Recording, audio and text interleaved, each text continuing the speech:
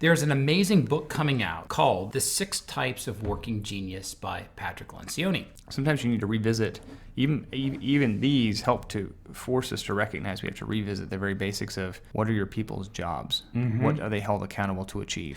Do they have the tools they need? And then you can decide, does those things even reflect what their genius is, right? So the nice thing about this is it can force you back to the fundamentals. Mm-hmm. Working competencies are things that it's not a natural gift, but we're good at because we've done them enough times. So the rest of the report, what he would say is you should have at least your entire leadership team go take this. And you need to have everyone on your leadership team within your company that has, as a working genius, all 6. Now, you have to have at least 3 people on your team. You say 6, all 6 geniuses represented on your team. On your team. Got it. So for example, if you need, the ability of galvanizing, that's not my gift, but I have other people on my team. For example, my COO at my company, he is a galvanizer in an amazing way, and he's amazing at doing it. He could do it all day long. He hasn't taken the test, but I guarantee you his number one is galvanizing.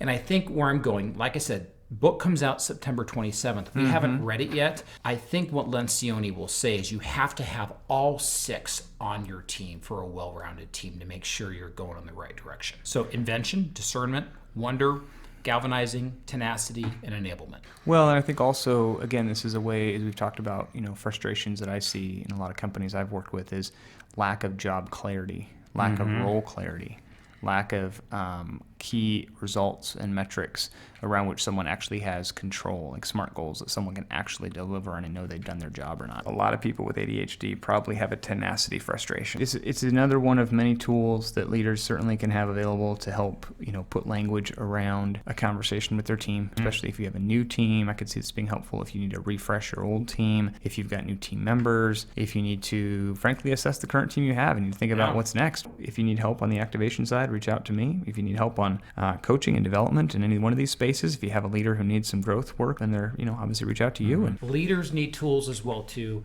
I see this as a tool. I believe it's worthwhile.